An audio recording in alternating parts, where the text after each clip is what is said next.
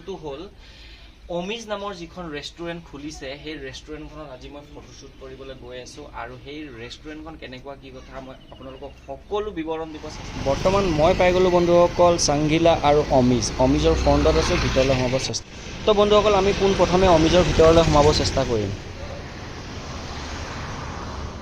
অমিজ বুলি যিখন ৰেষ্টুৰেণ্ট আছিলে সেই ৰেষ্টুৰেণ্টখনত মই ইনষ্টাগ্ৰামৰ আইডিত মই কণ্টেক্ট নাম্বাৰ লৈ মই অনাৰজনলৈ ফোন কৰিছিলোঁ আৰু অনাৰজনে মোক বিৱৰণ দিছিলে আৰু অমিজলৈ গৈ আছোঁ। বলক পোনপ্ৰথমে আপোনালোকক ভিতৰলৈ সোমোৱাই নিব চেষ্টা কৰিম আৰু লগতে এটা কথা কওঁ, চাওক ইমান ধুনীয়াকৈ অমিজ বুলি লিখি ৰাখিছে, এতিয়া ভিতৰটো কেনেকুৱা আমি সোমাব চেষ্টা কৰিম। বন্ধুসকল পোনপ্ৰথমে আপোনালোকক এটা কথা মই জনাব বিচাৰোঁ যে চাংগিলা আৰু অমিজ দুইখন ৰেষ্টুৰেণ্টৰ অনাৰ হৈছে একেজনে আৰু ওপৰত আছে বাৰ, তলত আছে ৰেষ্টুৰেণ্ট। তো এতিয়া আপোনালোকক ওপৰতো মই দেখাবলৈ ধুনীয়াকৈ চেষ্টা কৰিছোঁ আৰু ওপৰত আপোনালোকৰ ধুনীয়াকৈ বেচেলৰ পাৰ্টিৰ পৰা আদি কৰি সকলো ধৰণৰ পাৰ্টি আপোনালোকে এটেণ্ড কৰিব পাৰিব আৰু লগতে খুব ধুনীয়া ধুনীয়া ডেক'ৰেশ্যনত তেওঁলোকে সজাই ৰাখিছে, যিহেতু নেকি ইয়াত ফটোশ্বুটো বহুত ধুনীয়া কৰিব পাৰিব। আচলতে যিটো বাৰ হয়, চাংগিলা যিখন বাৰ হয়, তাতে আপোনাৰ ব্ৰাইডেল ফটোশ্বুট নহয়, ৱেষ্টাৰ্ণ টাইপ ফটোশ্বুট বহুত ভাল লাগে।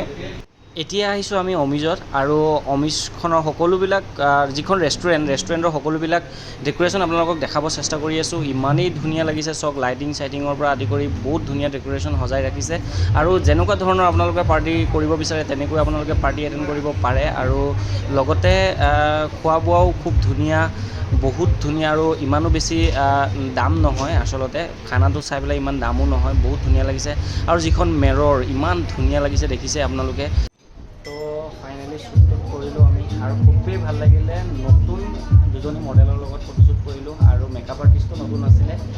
মেকআপ আৰ্টিষ্টৰ নাম আছিলে কাকু আৰু মডেল এজনীৰ নাম আছিলে স্নেহা আৰু এজনী চন্দন আছিল। তোমালোকে চন্দন নেকি? চন্দন এনেই মানে আমি কাকু বুলি, আমি নহয় মই কাকু বুলি মাতোঁ মানে। তো কথা হ'ল কি ফটোশ্বুট কৰিলোঁ স্নেহাৰ লগত আৰু দিব্যাংকাৰ লগত। তো ফটোশ্বুট কৰি খুবেই ভাল লাগিছে আৰু খুব ধুনীয়া ধুনীয়া পজো দিছে দেই, বহুত ধুনীয়া পজ দিছে। পজ দেখাবলগীয়া হোৱা নাই।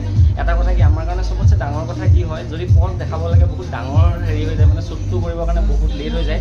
তো পজ দেখাবলগীয়া একো কথা নাছিলে, খুব ধুনীয়া লাগিলে। বাকী আমাৰ মাজত এতিয়া বৰ্তমান আছে স্নেহাৰ পৰা আমি দুটা কথা জানিব চেষ্টা কৰিম। স্নেহা, মোৰ লগত শ্বুটটো কেনেকুৱা লাগিলে কৈ দিয়া? খুব বেছি ভাল লাগিলে, নতুন এটা এক্সপিৰিয়েঞ্চ, বহুত ধুনীয়া হৈছে ফটো আৰু আগলৈ কাম কৰিম বুলি আশা থাকিলে। All the best. আৰু চন্দনা মেকআপ কেনেকুৱা লাগিলে কৈ দিয়া? বহুত ধুনীয়া লাগিছে, দেখি গম পাইছে চাগে কিমান ধুনীয়াকৈ ইমান দেৰি ছেট হৈ আছে, বহুত ধুনীয়াকৈ আছে মেকআপটো। বাকী এয়া আছে দিব্যাংকা, কিবা এটা কৈ দিয়া। ভাল লাগিলে আৰু আপোনাকো প্ৰথমবাৰ পাইছোঁ, বহুত ভাল লাগিলে। এনেকৈ কাম কৰি যাম। ঠিকে আছে। বাকী তুমি কৈ দিয়া কিবা এটা।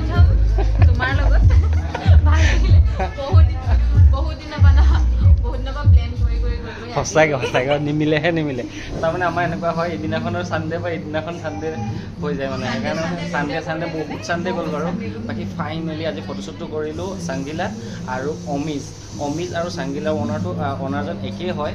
তো কথা হ'ল কি ইয়াতে আপোনালোকে শ্বুট কৰিবলৈ আহিব, খুব ধুনীয়া প্লেচ আছে ফটোশ্বুট কৰিবৰ কাৰণে আৰু খুব ধুনীয়া লাগে ইয়াত।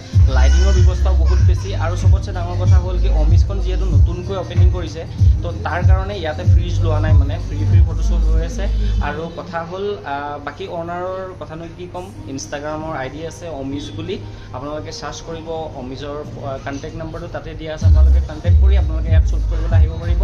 বাকী খুব ভাল লাগিলে ইয়াত শ্বুট কৰিবলৈ, বিশেষকৈ একো নকওঁ আৰু। বাকী মোৰ ভিডিঅ'টো যদি ভাল লাগিলে like, comment, share and subscribe কৰিব নাপাহৰিব।